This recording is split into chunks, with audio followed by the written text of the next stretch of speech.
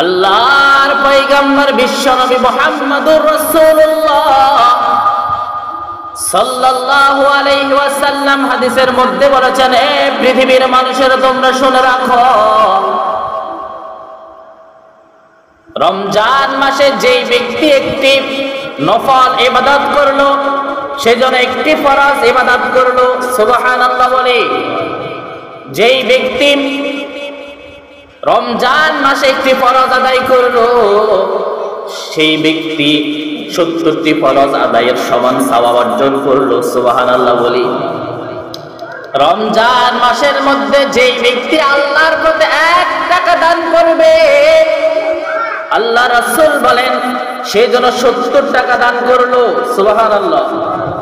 রমজান মাসে যেই ব্যক্তি যে কোনো একটি নফল ইবাদত করুক না কেন, সেই ব্যক্তি একটি ফরজের সওয়াব সমপরিমাণ সওয়াব অর্জন করবে।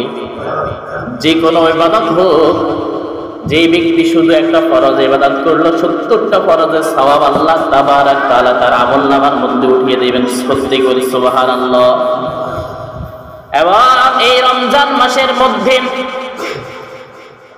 আল্লাহর পয়গম্বর হাদিসের মধ্যে বলেছেন, যেই ব্যক্তি কোন রোজাদার ব্যক্তিদেরকে ইফতার করাবে, ওই ব্যক্তির সমস্ত গুনাহগুলো আল্লাহ তাবারাক তাআলা মাফ করে দিবেন, সুবহানাল্লাহ। এবং তাকে জাহান্নামের আগুন থেকে আমার আল্লাহ তাবারাক তাআলা হেফাজত করবেন, সুবহানাল্লাহ জোরে বলি। কিছু গরীব সাহাবী আল্লাহর রাসূলের কাছে বলতেছে, ইয়া রাসূলুল্লাহ, ওগো নবীজি, আমাদের তো ইফতার করানোর মতো কোনো সামর্থ্য নাই, আমরা তো ইফতার করতে পারবো না, এই জন্য কি আমরা এই সওয়াব থেকে বঞ্চিত হব? আল্লাহর পয়গম্বর বলেন, গরীব সাহাবীরা, তোমাদেরকে একেবারে পেট ভরে খাওয়াতে বলি নাই। যেই ব্যক্তি ঘরের মধ্যে একটি খেজুর থাকে, এই খেজুরটা যদি কোনো রোজাদার ব্যক্তিদেরকে এই ইফতার করায়, খেজুরটা দান করে, সে একই সমপরিমাণ সওয়াব অর্জন করবে, সুবহানাল্লাহ।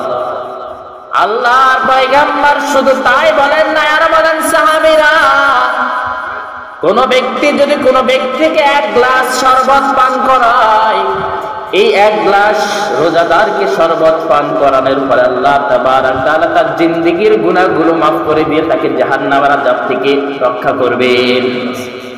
শুধু তাই নয়, যদি কোন রোজাদার ব্যক্তিকে শরবত নয়, খেজুর নয়, কোন ফল নয়, শুধুমাত্র 1 গ্লাস পানি, কি বলেন, 1 গ্লাস পানি যদি কোন রোজাদার বান্দাকে কেউ পান করায়, ওই 1 গ্লাস পানির বিনিময়ে, রমজানের বিনিময়ে, রমজান মাসের সওয়াব অর্জনের জন্য যে ব্যক্তি পান করালো, আল্লাহর রাসূল বলেন সেই ব্যক্তিকে আল্লাহ তাবারাক তাআলা জাহান্নামের মধ্যে নিক্ষেপ না করে জান্নাতের মধ্যে পাঠিয়ে দেবে, সুবহানাল্লাহ।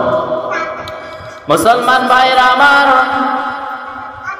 এই জন্য রমজান আমাদের জন্য রহমত, মাগফিরাত, দয়া, নাজাত স্বরূপ হিসাবে আল্লাহ তাবারাক তাআলা 1 মাস আমাদের জন্য প্রেরণ করেছেন, বান্দাদেরকে জান্নাতি করার জন্য।